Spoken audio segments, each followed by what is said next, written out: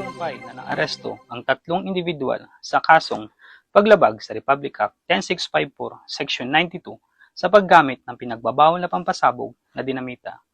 Nagsagawa ng anti-illegal operation ang mga tauhan ng Surigao del Norte Maritime Police Station hinggil sa isang sumbong na may gumagamit ng pinagbabawal na pampasabog na dinamita sa karagatang sakop ng Barangay Talavera, Surigao del Norte.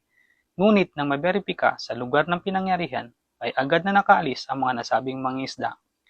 Nagsagawa ng mga tauhan ng follow-up operation sa pamamagitan ng pang-inspeksyon sa mga dumadaang mga motorbangka sa karagatan ng Taganaan, Surigao del Norte.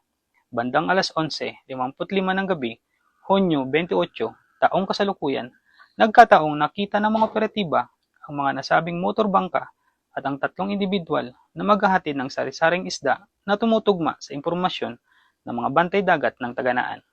At nang maharang ang mga ito, ay wala silang maipakitang mga dokumento. Agad na dinala ang mga individual sa himpilan ng Surigao del Norte Maritime Police Station para sa tamang dokumentasyon at disposisyon. Mula rito sa Surigao del Norte Maritime Police Station, ako po ang inyong PNN correspondent, Patrolman Chito Idangaap, nagbabalita para sa Police News Network, serbisyong mabilis, tapat at nararamdaman.